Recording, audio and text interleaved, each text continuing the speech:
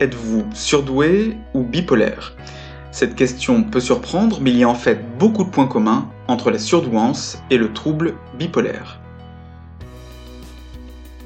Bonjour à tous, je suis Luc Martranchard, je suis psychologue clinicien et je suis spécialisé dans la détection du haut potentiel et je suis le créateur du site bilan-psychologique.com.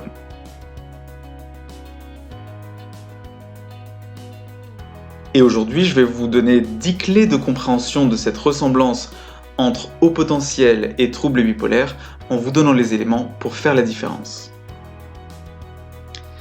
Alors il existe deux formes de haut potentiel. Le haut potentiel intellectuel, lorsque l'intelligence cognitive est très élevée, lorsque le QI est supérieur à 130, et le HPE ou le HQE, lorsque l'intelligence émotionnelle est très élevée, lorsque le quotient émotionnel est supérieur à 130.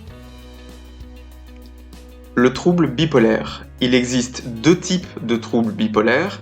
Pour avoir un diagnostic de trouble bipolaire de type 1, il faut avoir eu au moins une phase maniaque dans sa vie. Une phase maniaque, c'est une phase lors de laquelle l'humeur est anormalement élevée, euphorique, expansive ou irritable, avec en même temps beaucoup d'énergie ou une activité débordante. Et cette phase maniaque peut mener à une hospitalisation. Pour avoir un diagnostic de trouble bipolaire de type 2, il faut avoir eu au moins une phase dépressive dans sa vie, un épisode dépressif caractérisé, et une phase hypomaniaque, qui est une phase qui est assez semblable à la phase maniaque, mais qui n'a besoin de durer que 4 jours et qui ne mène pas à une hospitalisation. Vous le savez peut-être, le but de cette chaîne et ma passion, c'est vraiment d'aider un maximum de personnes à ce qu'elles puissent savoir ce qui fait leur différence. Et le problème avec la ressemblance entre le trouble bipolaire et la surdouance, c'est qu'il y a souvent des erreurs de diagnostic. Oui, certaines personnes ont reçu un diagnostic de trouble bipolaire alors qu'elles sont en fait haut potentiel. Alors êtes-vous haut potentiel ou bipolaire ou êtes-vous les deux? Partagez votre expérience dans les commentaires, dites-moi si cette vidéo vous fait penser que vous êtes plutôt haut potentiel ou bipolaire. Première similitude, la variation des émotions. Chez les personnes surdouées, la variation des émotions est souvent due à une hypersensibilité. C'est une variation d'humeur qui est intense en réaction à des événements. Alors que chez les personnes bipolaires, la variation d'humeur peut être plus durable et elle peut aussi être sans raison. Deuxième similitude, les difficultés d'attention. Chez les personnes à haut potentiel, il peut y avoir des difficultés d'attention parce que la pensée en arborescence, la pensée divergente, fait qu'une idée va créer une autre idée qui va créer une autre idée et ils peuvent perdre le fil.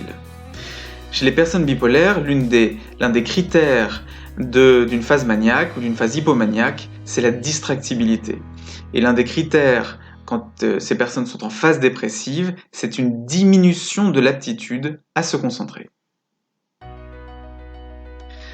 Troisième similitude, l'activité de pensée. L'activité de pensée est une similitude, les personnes à haut potentiel ayant souvent une hyperactivité cérébrale. Elles s'interrogent en permanence. Les personnes bipolaires, parmi les critères du DSM-5, on trouve une fuite des idées, une sensation que les idées défilent, ce qui est assez proche de ce que peuvent vivre les personnes à haut potentiel. Quatrième similitude, l'intensité.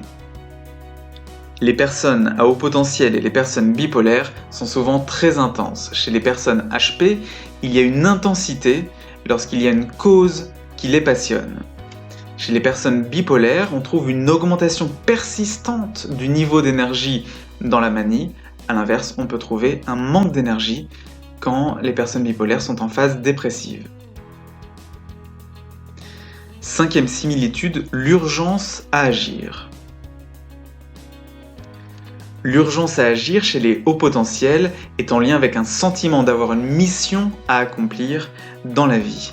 Chez les personnes bipolaires, cette urgence à agir est en lien avec une augmentation de l'activité lors des phases maniaques et hypomaniaques, parfois une activité qui est sans but, Et dans les phases dépressives, c'est à l'inverse un manque de motivation qui peut dominer. 6e similitude, l'estime de soi. Il y a souvent un manque d'estime de soi chez les personnes à haut potentiel. Beaucoup de personnes à haut potentiel vivent leurs différences comme un défaut, comme une tare. Chez les personnes bipolaires, il peut à l'inverse y avoir des idées de grandeur dans les phases maniaques, donc une estime de soi, une confiance en soi très élevée, mais il peut aussi y avoir une diminution de l'estime de soi lors des phases dépressives. 7e similitude, l'hypersensibilité sensorielle. L'hypersensibilité sensorielle est une similitude parce que souvent, chez les personnes à haut potentiel, il y a une intensité des perceptions, une hyperacuité, un système sensoriel qui est en alerte. Chez les personnes bipolaires, il peut y avoir une perception plus aiguë des odeurs, des sons et des stimuli visuels, en particulier dans les phases maniaques. 8e point, la créativité. Les hauts potentiels sont souvent très créatifs et les personnes bipolaires peuvent avoir une forte créativité, en tout cas dans les formes légères du trouble bipolaire, c'est-à-dire lorsqu'il y a hypomanie. Le nombre d'artistes célèbres qui sont bipolaires contribue à montrer cette forte créativité qui a été démontrée dans les études. 9e point, l'anxiété. Les personnes à haut potentiel se sentent souvent anxieuses car leur cerveau ne s'arrête jamais. C'est cette hyperactivité cérébrale qui peut créer de l'anxiété et aussi du fait de leur perfectionnisme. Chez les personnes bipolaires, il y a souvent des troubles anxieux associés, notamment 75% des personnes avec un trouble bipolaire de type 2 ont un trouble anxieux associé. 10e similitude, le sentiment d'être différent. Chez les personnes à haut potentiel, cette différence peut être mal assumée, niée, même si d'autres personnes à haut potentiel la vivent très bien et sont valorisées par leur différence. Chez les personnes bipolaires, il y a souvent un vécu de décalage qui est présent au moins dès la première phase haute ou dès la première phase basse de leur trouble. Alors êtes-vous plutôt surdoué ou bipolaire ? Voilà, c'est tout pour cette vidéo. N'hésitez pas à vous abonner et à activer les notifications pour ne pas manquer les prochaines vidéos de la chaîne. Il y en a au moins une par semaine. À bientôt sur la chaîne.